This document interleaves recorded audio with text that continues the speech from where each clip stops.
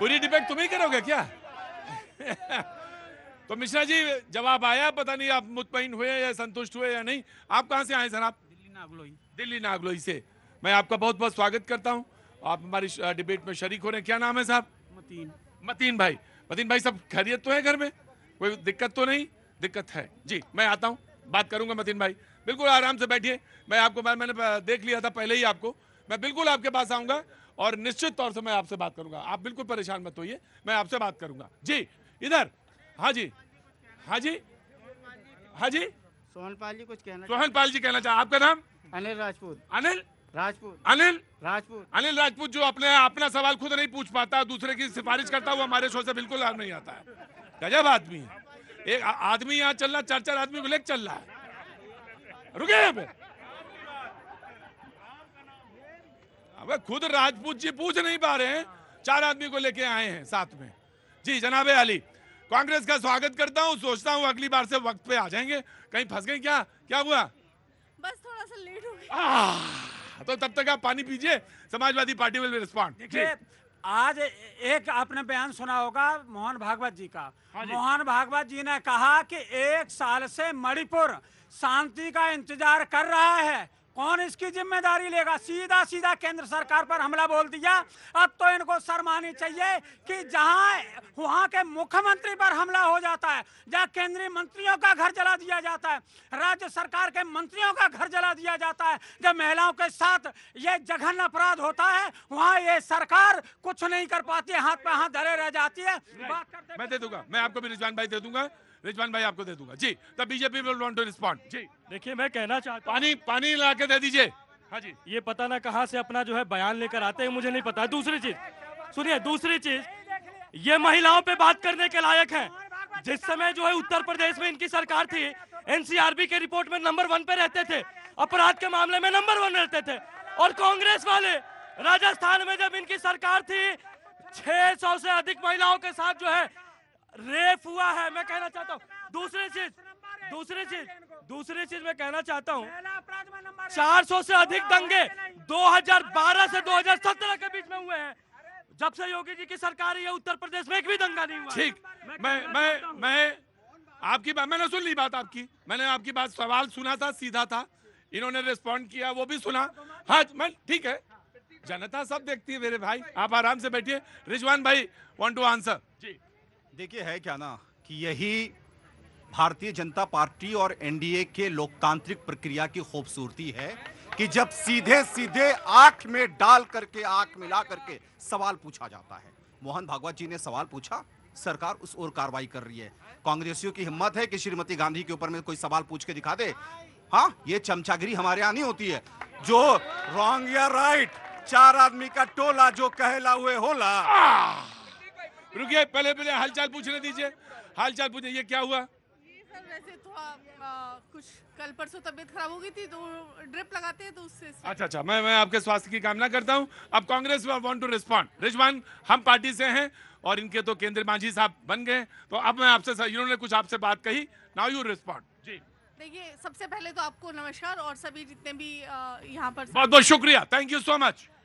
देखिए, अभी 24 घंटे भी नहीं हुए थे कि बीजेपी के ही एक नेता ने, इनके जो है आईटी सेल के नेता है अमित वालिया जो इंचार्ज में है, उन पर जो है इल्जाम लगाया कि ये लड़कियों का जो है धंधा करते हैं यहाँ पर बीजेपी पार्टी में। धंधा नहीं शब्द इस्तेमाल हुआ है, उसमें शोषण की बात हुई है जी। और इस तरह के उन्होंने कहा कि केवल एक नहीं है, बहुत सारे। अभी तो उसमें उन्होंने 10 करोड़ रुपए का दावा भी ठोका है। उससे जस्ट पहले जब इलेक्शन चल रहा था, तब भी नरेंद्र मोदी जी के एक साथी प्रज्वल रेवन्ना पर कम से कम 2900 महिलाओं के व्यभिचार का जो है मामला आया और वो उनके साथ स्टेज पर जो है खड़े हुए नजर आए।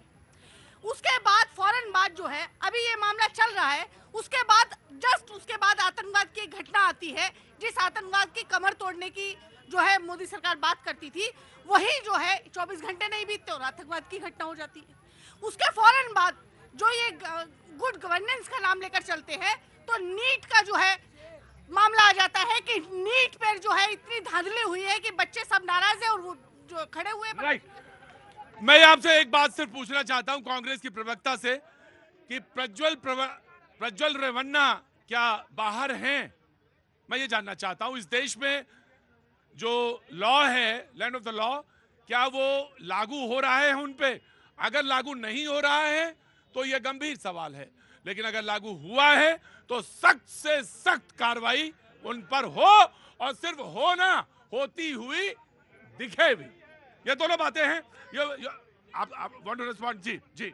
देखिए, ये बहुत अच्छी बात है कि प्रज्वल रेवन्ना को लाया गया और वहां पर जो है गिरफ्तार किया गया। अब आगे जो कानून की कार्रवाई होगी वो रहेगी। कानून की कार्रवाई नहीं, मैं कहता हूं सख्त कार्रवाई होनी चाहिए। बिल्कुल सख्त होनी चाहिए, लेकिन यहाँ पर ये मेंशन करना भी जरूरी है कि वहाँ पर ही वो बॉक्सर, वो जो है पहलवान लड़की हमारी बैठी रही जंतर मंतर पर, वो इंसान अभी तक संसद में है। मोदी जी ने ना उसके खिलाफ कोई कार्रवाई होने दी, ना ही उसको संसद से बाहर किया। नैतिकता के नाते ही कर दिया होता। मैं जानना चाहता हूं आपसे, मैं कांग्रेस की प्रवक्ता से सवाल पूछना चाहता हूं, क्या उनको टिकट दिया गया?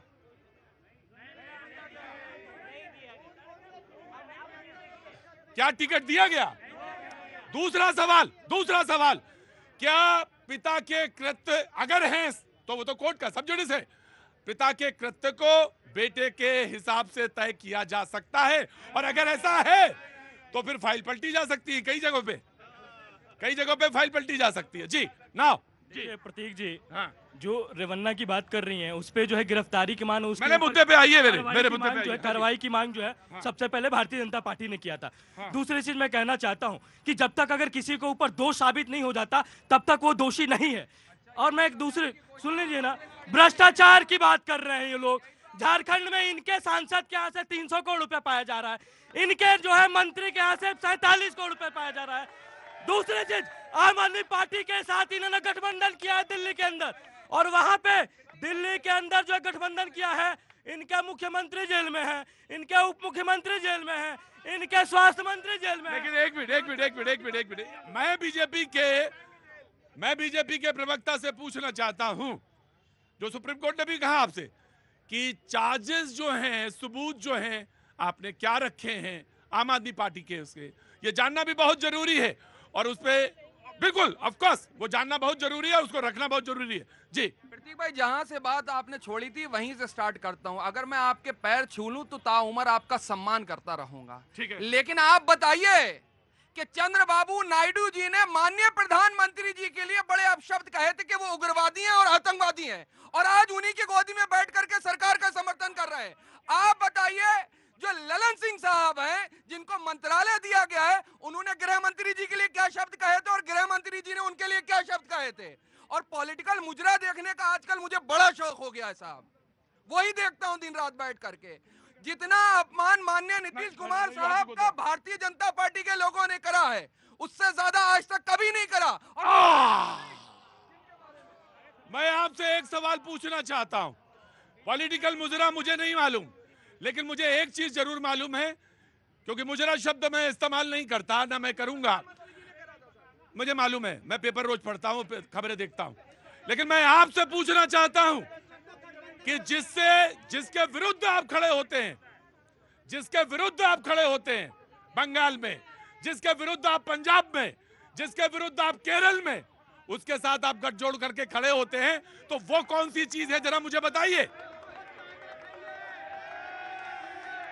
और आप बता रहे हैं कि, रुकिए, और आप बता रहे हैं कि नीतीश जी ने प्रधानमंत्री को क्या कहा था। मैं आपसे जानना चाहता हूं कि मध्य प्रदेश, मैं आपसे नो,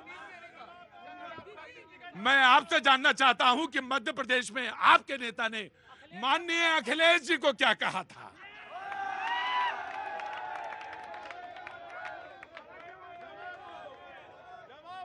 अरे रुकिए, जवाब दो।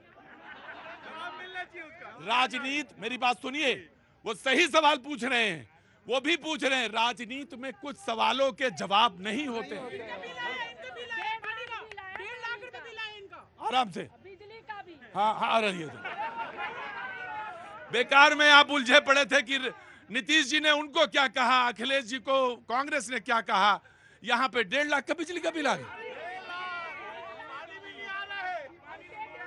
अब ऐसे में तो कुछ नहीं हो सकता, 1.5 लाख का बिजली का बिल आ गया। जी मैं आ रहा हूं, कांग्रेस को दूंगा मैं चांस। जी देखिए बहुत अच्छा सवाल किया आपने। इसके साथ साथ ये भी सवाल करना चाहिए कि मोदी जी ने नायडू जी के बारे में क्या बोला था। हाँ जी। उन्होंने बोला था कि ये कहाँ से मुझसे सीनियर है, ये तो भ्रष्टाचार में सीनियर है, ये तो इसमें सीनियर है, उसमें तमाम उनकी कमियां गिनाई। और बिल्कुल नीतीश जी के बारे में कहा कि इनका तो मानसिक संतुलन जो है हिला हुआ है, ये तो इस लायक भी नहीं कि पॉलिटिक्स में रहे। आज में पुराने पन्ने पलटने का बड़ा मन कर रहा है। नारायण दत्त तिवारी ने अर्जुन सिंह जी ने, शरद पवार जी ने क्या कहा था, वो पन्ने पलटना चाह रहा हूं मैं। तो इसलिए राजनीति की गुत्थियों में ना उलझिए,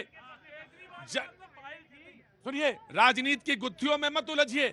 जो सामने सबक है जनता ने दिया है, सबके सामने पढ़ने की कोशिश करिए।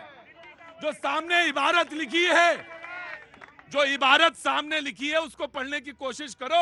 वरना तुम्हारे नेता ने तब क्या कहा था, इसकी तो फेहरिस्त है। जब 27 साल राजनीतिक गलियारों में गुजारोगे तो बूढ़े जरूर हो गए हो, बाल पक गए हो, लेकिन याददाश्त थोड़ी ना कमजोर हो गई। कहां से आए हैं?